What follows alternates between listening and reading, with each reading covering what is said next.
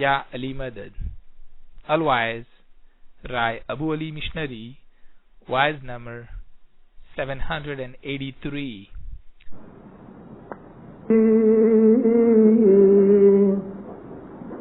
فرمان مانو تو پھیرا چڑھے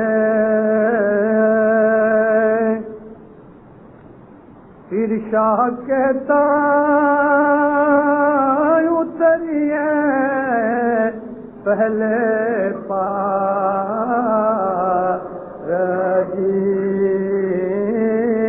فرمان مانو تو پھیرا چڑھے عرشا کہتا اتریے پہلے پارجی تمہیں ستھے ہمارا پوری پامشو تمہیں ستھے ہمارا پوری پامشو جان جو نیر دھار جی مولانا حضرت امام پہ صلوات پڑھو اللہم صلی اللہ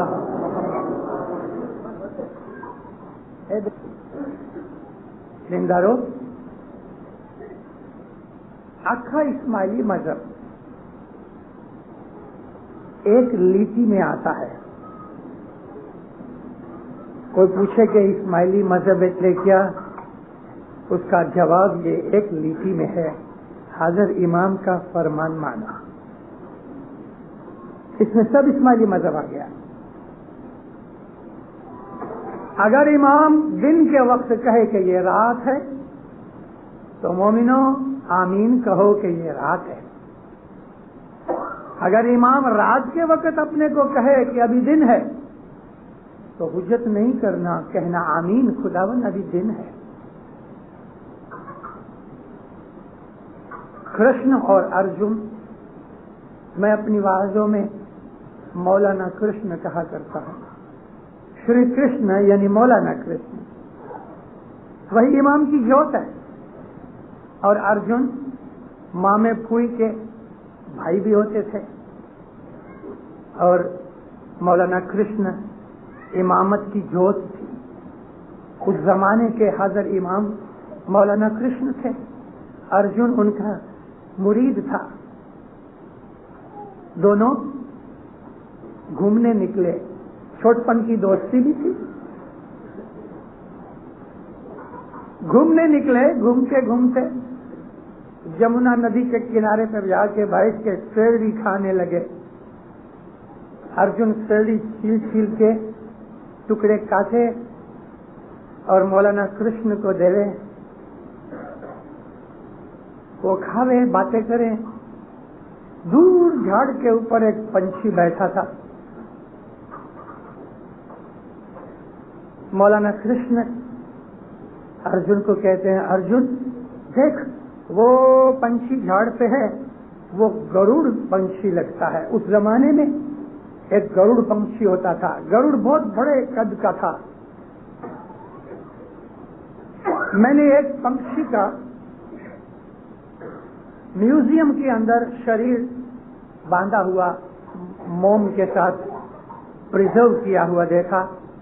لورنسو مارکس کے میوزیم کے اندر اس کے پانکھ ایک چھڑے سے دوسرے چھڑے تلک 40 فیٹ تھے.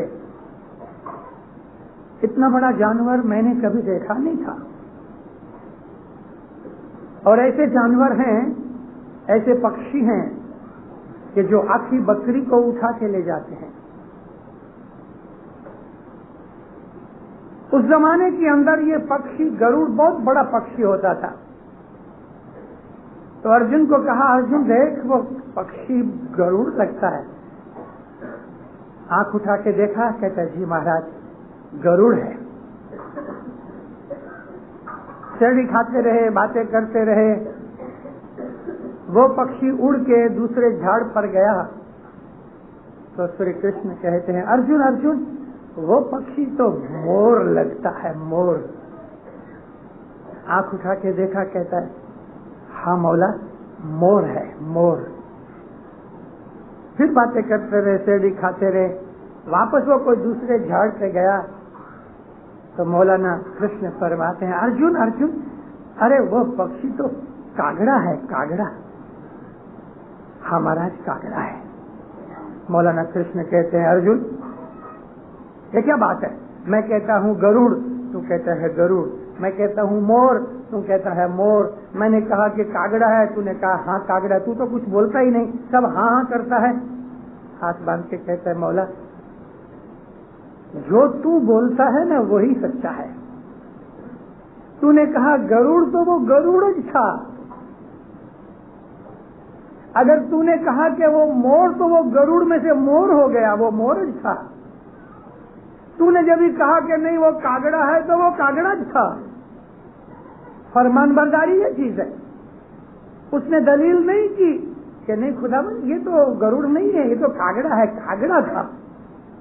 لیکن مولا نے کہا کہ وہ گروڑ ہے، تو کہتے ہیں ہاں مولا گروڑ ہے۔ مولا اگر دن کو رات کہے، رات کو دن کہے، مرید کا فرض ہے آمین خداوند۔ ہماری دلیل امام کے سامنے نہیں ہوتی، اس نے کیوں کہا وہ ہم کو پتا نہیں، وہ جانتا ہے، اور وہ اتنا جانتا ہے کہ جو ہم نہیں جانتے۔ ہم تو ٹھیک کو کوئی بھی اتنا نہیں جانتا۔ انسان کی شناخت کی بات ہے، جب تک انسان کو سمجھ نہیں آتی، جب تک ہم کو امام کی سمجھ نہیں آتی، شناخت نہیں ملتی، ہمیں امام کون ہے اس کا پتہ نہیں لگتا۔ مولانا علی کا ایک غلام تھا، خرید کیا ہوا غلام نہیں تھا، لیکن راضی خوشی سے مولا کی غلامی کے پاس واسطے آیا تھا، جیسا ہم خود راضی خوشی سے جماعت کی سیوا کرتے ہیں، کوئی پگار نہیں لیتے۔ ایک دن مولا علی اور نصیری مسافری پہ نکلے، مسافری پہ نکلے، رستے میں ایک ندی آتی تھی۔ مولا علی گھوڑے کے اوپر اسوار تھے اور نصیری پاؤں سے چلتا تھا۔ ندی کے کنارے تھوڑی دور رہے تو ایک آدمی سامنے سے ملا، تو اس نے کہا، اس کو معلوم نہیں تھا کہ یہ کون ہے، اس نے سمجھا مسافر ہیں، کہنے لگا ندی پور میں آئی ہے، ندی کا پور چڑھ گیا ہے، پانی بہت ہے، تم لوگ پار نہیں ہو سکو گے، ٹھہرو جب تک پانی نیچے جائے۔ اس زمانے کے اندر پل وغیرہ نہیں ہوتے تھے۔ مولا علی ٹھہرے، نصیری کو کہا جاؤ ندی کے کنارے پہ کھڑے ہو کے دیکھو پانی کیسا ہے۔ ندی کے کنارے جا کے واپس آیا، عرض کی خداوند ندی میں پانی بہت ہے۔ فرمان کیا جاؤ واپس، اور کنارے پہ کھڑے ہو کے زور سے آواز لگاؤ، یا کرکرا۔ ماچھی لوگ جیسے آواز لگاتے ہیں، جب تم آواز لگاؤ گے تو اندر سے مچھ نکلیں گے، ان کو پوچھنا کہ پانی کدھر کمتی ہے تو ہم پسار ہو سکیں۔ نصیری گیا، اس نے زور سے آواز لگائی، یا کرکرا، تو بہت سے مچھے نکلے۔ کیا ہے؟ کون سا کرکرا؟ اس کے باپ کا نام بتاؤ۔ واپس آیا، یا مولا وہاں تو بہت مچھلی نکلے۔ فرمایا جاؤ آواز لگاؤ، یا کرکرا بن فرفرا۔ واپس آیا، پھر آواز لگائی، تبھی بھی بہت مچھلی نکلے۔ واپس آیا، یہاں مولا وہاں تو اور بھی بہت نکلے۔ فرمایا جاؤ بولو، یا کرکرا بن فرفرا بن مرمرا۔ جب یہ اس نے 3 نام لے کے آواز لگائی، ایک زبردست مگر مچھ نکلا، کیا ہے دوست کہ مجھ کو میرے سیٹھ نے پوچھا ہے ندی کا پانی کدھر کمتی ہے تو ہم پسار ہو سکے. کہتا مورخ. مچھ کہتا ہے نسیری کو مورخ. جس کو پاتال میں پانی میں رہنے والے جانوروں کے باپ دادا کے نام کی خبر ہے اس کو پتہ نہیں کہ پانی کدھر کمتی ہے جاتی ہے. نسیری کو اس وقت سمجھ آئی.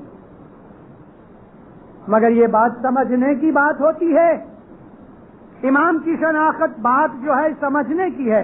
حضرت امام کی شناخت کرو, حضرت امام کی اوڑکھان کرو. جی تین جانی نے تمہیں اوڑکھو.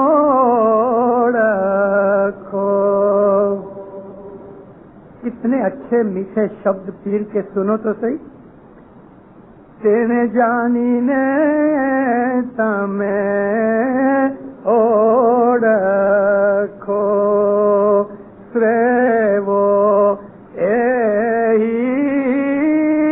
دیار. تین جانی نے تمہیں اوڑکھو سریو دیار. ہرتا پرتا نے بولتا, ہرتا پرتا نے بولتا. روپ مدن گوپال پرتک پاتر نے پرکھین پریم پوجو نپائے پرتک پاتر نے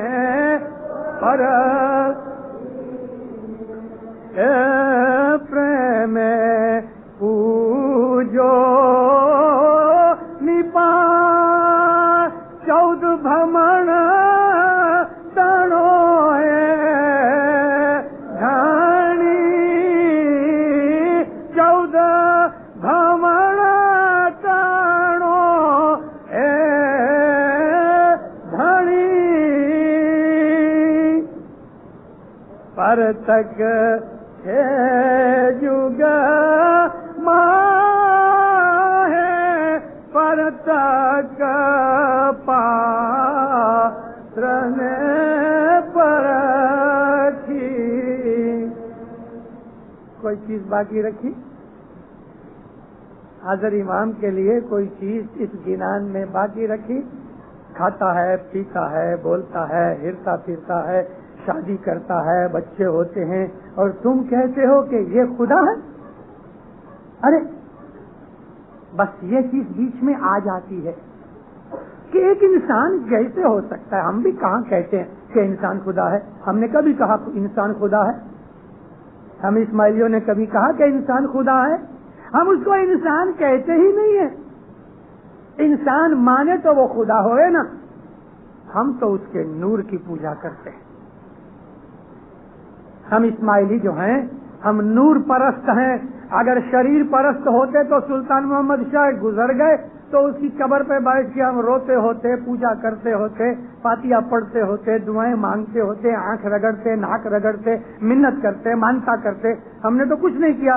مولانا سلطان محمد شاہ کا تو ٹھیک, لیکن علی سے لے کے سلطان محمد شاہ تلک 48 اماموں کو ہم لوگوں نے یعنی اسماعیلیوں نے دفن ہوتے دیکھا. ہمارے 48 اماموں کے شریر مبارک دفن ہو گئے. ہم تو کبھی کسی امام کی زیارت کرنے نہیں گئے, ہم کسی امام کی قبر پہ جا کے پوجا نہیں کی. ہم نے کبھی کسی امام کے مرنے کے بعد اس کے لیے جس طرح لوگ مجاور بن کے اور مقبروں کے اوپر اور قبروں کے اوپر جا کے منت مانتا کرتے ہیں, ہم اسماعیلیوں نے کبھی نہیں کی. ہم تو اس کو بھول بھی گئے. ارے سلطان محمد شاہ کی فوٹو بھی کدھر نہیں رہی. اگر شریر پرست ہوتے تو اس کی فوٹو رکھتے, اس کی قبر پہ پوجا کرتے. ہم نے تو کچھ نہیں کیا, بھول گئے اس کو. کارن کہ ایک کپڑے اتار کے پھینک دیے. ہم کو تو مطلب تو اس دھنی کے ساتھ ہے, اس کے شریر کے ساتھ نہیں. کپڑے اتار کے پھینک دیے, نئے کپڑے پہنے. تو جب وہ نئے کپڑے پہن کے آتا ہے تو ہمارا مطلب تو دھنی کے نور کے ساتھ. پر تک پاتر نے پرکھی نے, یہی پرکھ ہے کہ امام کون ہے. اس پرکھ کو اچھی طرح سے تپاس کے سمجھ کے پھر پریم کے ساتھ اس کی پوجا کرو, اس کے پاؤں پڑو, اس کی فرمان مانو, اس کا حکم مانو اور اس کے حکم کے اوپر آمین کہو. کہنے جانی نے تمہیں اوڑکھو, اس کو پہلے جانو کہ وہ کون ہے, پھر اوڑکھو کہ وہ کون ہے, سچ مچ انسان ہے کہ دین و دنیا کا بادشاہ ہے. پھر اس کا خلاصہ کرتے ہیں, کہنے جانی نے تمہیں اوڑکھو. سرے وہ یہی دیاڑ, یہ رحیم دیاڑ یعنی دیا کرنے والا, رحیم جس کو کہتے ہیں عربی بھاشا میں, اس کی سیوا کرو. ہرتا پھرتا بولتا آدمی کی طرح ہل چال کرتا ہے, ظاہر میں آدمی جیسا لگتا ہے, انسان جیسا, لیکن وہ مدن گوپال کا روپ ہے.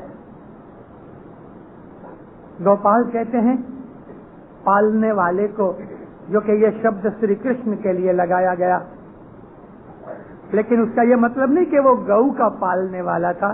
گوپال کہتے ہیں آخری سرشٹی کو پالنے والا, جس کو عربی کے اندر رب کہتے ہیں. رب کا مطلب ہے پالن ہار.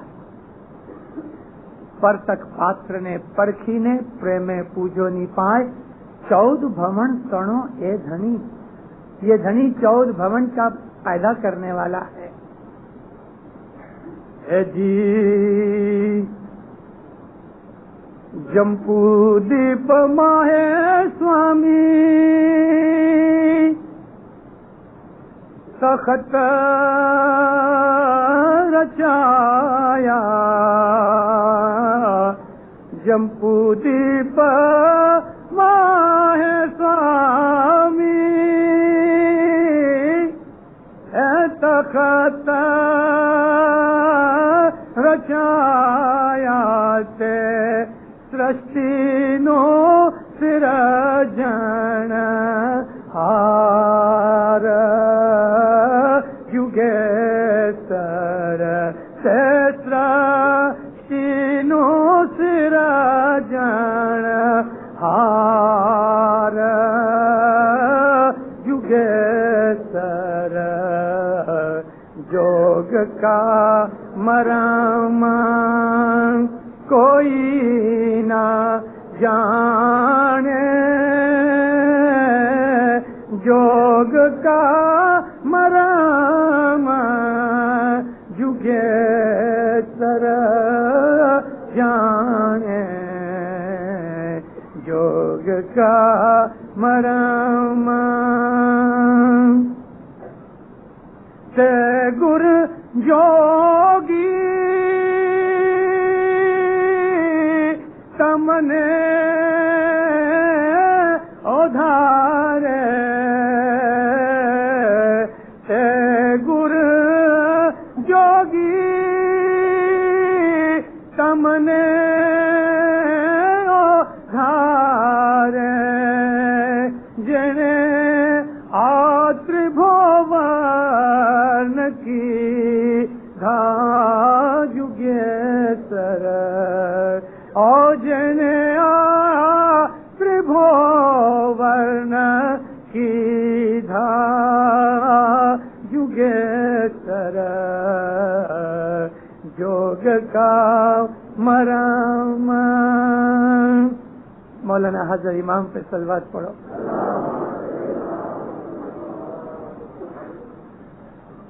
وہ مالک جس نے یہ تربھون کیا,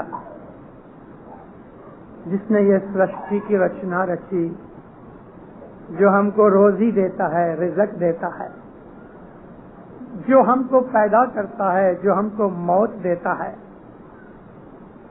سب کچھ وہ مالک جس کو ہم اللہ کہتے ہیں وہ ایک اللہ ہے، اس کا کوئی بھاگیدار نہیں، اس جیسا کوئی دوسرا نہیں، اس کو کسی نے جنم نہیں دیا، نہ وہ کسی کو جنم دیتا ہے، وہ بالکل اکیلا ہے، کوئی وستو اس جیسی نہیں۔ اللہ وحدہ لا شریک لہ، وہ اللہ کہ جو بالکل اکیلا ہے، کوئی بھی بھاگیدار نہیں اس کا، ہم اس اللہ کو مانتے ہیں۔ اور وہ اللہ نور ہے، اس اللہ کا کوئی شریر نہیں۔ حضرت امام کا جو شریر ہے وہ کپڑے ہیں اس کے، ہم نور پرست آدمی ہیں، حضرت امام کے نور کی پوجا کرتے ہیں۔ جو نور حضرت امام کا نور ہے، جس کو امامت کا نور کہتے ہیں، مومنوں وہی اللہ ہے۔ یہ شناخت جب ہمارے دل میں ہوتی ہے، ہم جب اس چیز کو سمجھتے ہیں تو ہمارے من کی آنکھیں کھل جاتی ہیں۔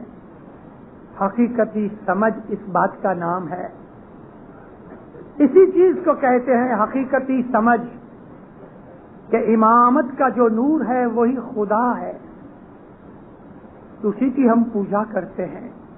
حضرت امام کا شریر تیر کے جومے کی طرح ہے، حضرت امام کا شریر تیر کی طرح ہے۔ جب امام ہمارے اندر آتا ہے تو صاحبی جوت کے ساتھ پیری جوت ہوتی ہے۔ مولا کہتا ہے میں تمہارے لیے دعا کرتا ہوں۔ کبھی کبھی تالیکا بھیجتا ہے، کوئی آدمی گزر جاتا ہے تو کہتا ہے کہ میں دعا کرتا ہوں۔ یہ دعا کس کو کرتا ہے؟ اس کی ہمارے اوپر دعا ہوتی، رحمت ہوتی ہے۔ مگر پیری شریر میں حضرت امام کو جو شریر ہے اس کا مرتبہ پیر جیسا ہے۔ وہ جب یہ ہاتھ لگاتا ہے تو یہ ظاہر کا ہاتھ ہوتا ہے، لیکن نورانی جوت ساتھ ہوتی ہے۔ وہ جب ہی بولتا ہے تو جیبھ بولتی ہے، لیکن نورانی جوت ساتھ آتی ہے۔ وہ جب ہی سنتا ہے تو ظاہر کے کانوں سے سنتا ہے، لیکن نورانی جوت ساتھ ہوتی ہے۔ وہ جب ہی دیکھتا ہے تو اس کی ظاہر کی آنکھیں دیکھتی ہیں، لیکن ان آنکھوں میں نور کا تیج ہوتا ہے۔ اس کی ہر چیز، ہر بات نور سے بھری ہوتی ہے۔ جب اس کی مرضی ہوتی ہے کہ میں یہ دنیا چھوڑ دوں، ابھی جامہ میں دوسرا بدلاؤں، تو کپڑے اتار کے نوا جامہ پہن لیتا ہے۔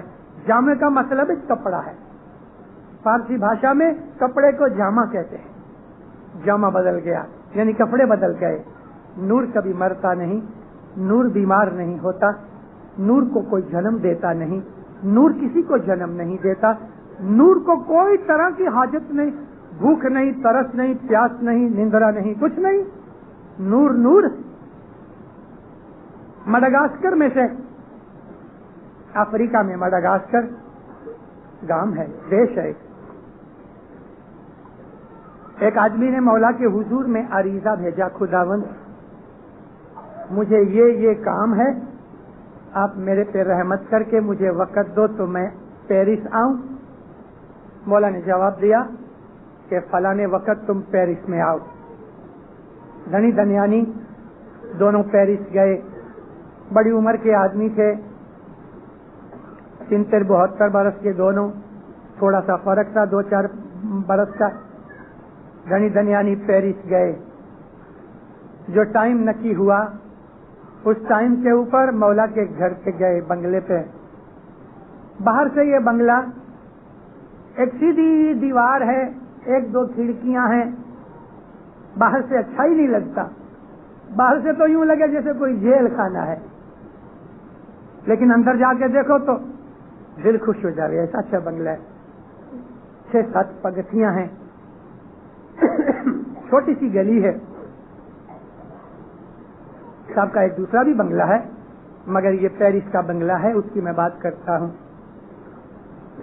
یہ دونوں جنے جب بنگلے پہ پہنچے، ٹیکسی میں سے اتر کے مرد آدمی نے ٹیکسی والے کو پیسے چکائے اور خود یہ پگتھیاں چڑھ کے گھنٹی بجائی۔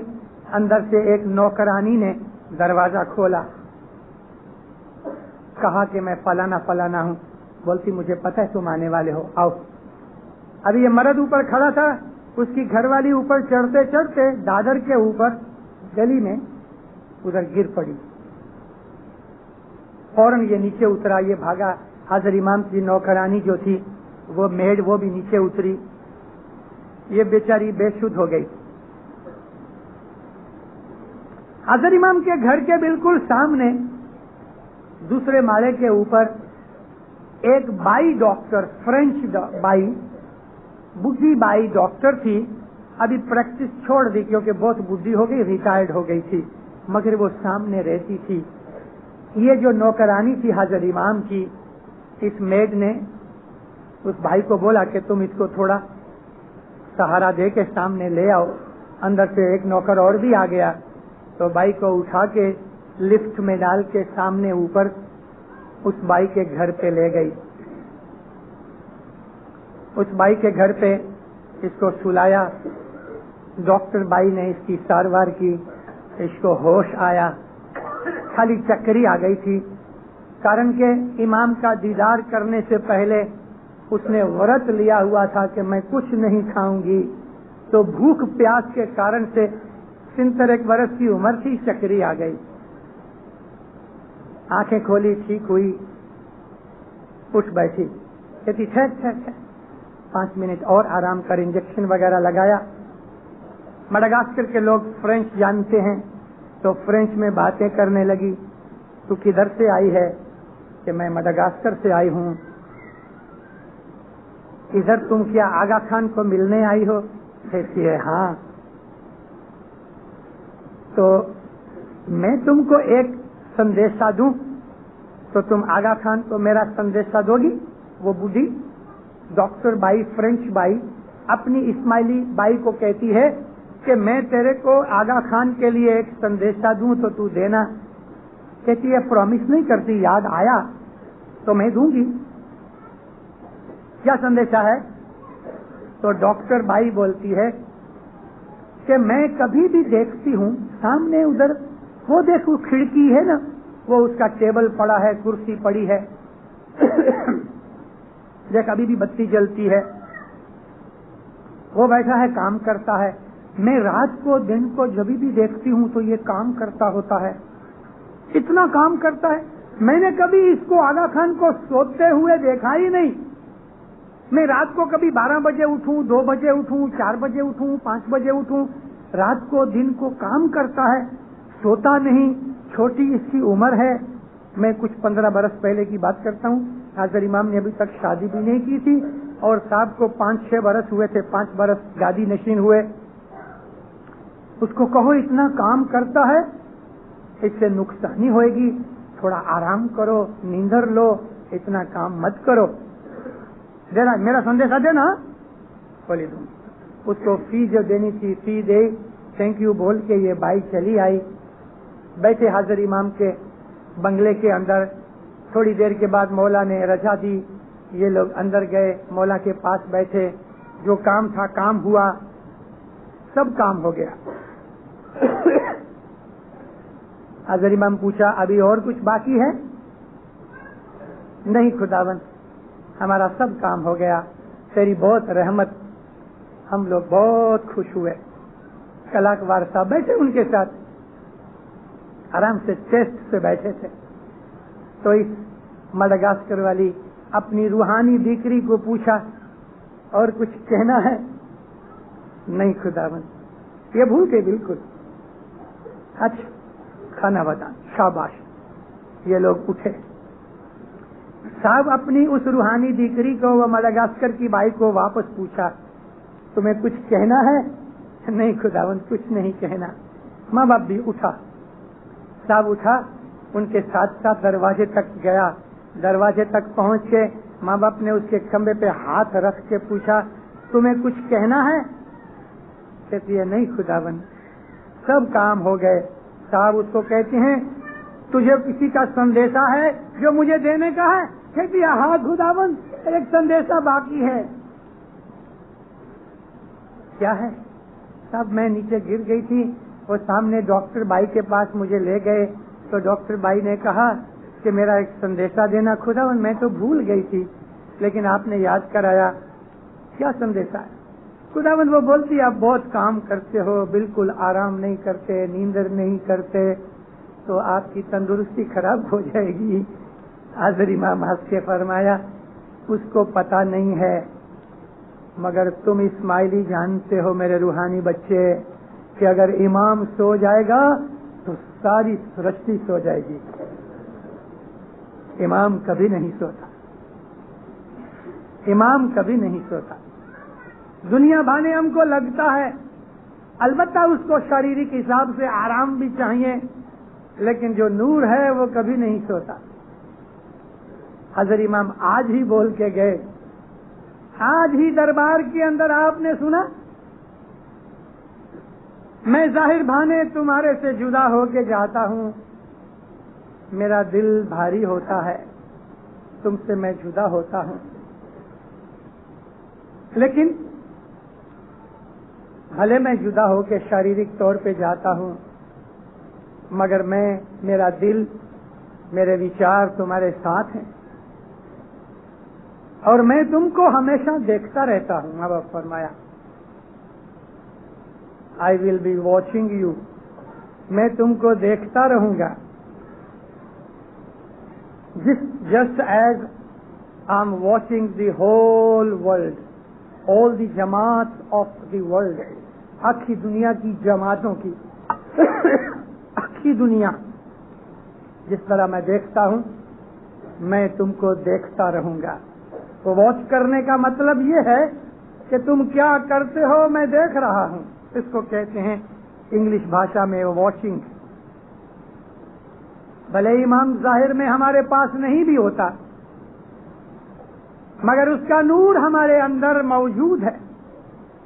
جماعت خانے کے اندر اس کا نور موجود ہے. وہ سرو ویاپک دھنی ہے، سرو ویاپک ہے، ہر جگہ ہے، کوئی جگہ خالی نہیں. زور سے یالی یالی کرنے کی ضرورت نہیں، من میں منہ بند کر کے جو سوچتے ہو وہ بھی اس دھنی کو پہنچتا ہے. ابھی حضرت امام ہمارے سے دنیا بھر میں ودائے ہوئے ہیں، ہمارے پاس 26 دن رہے.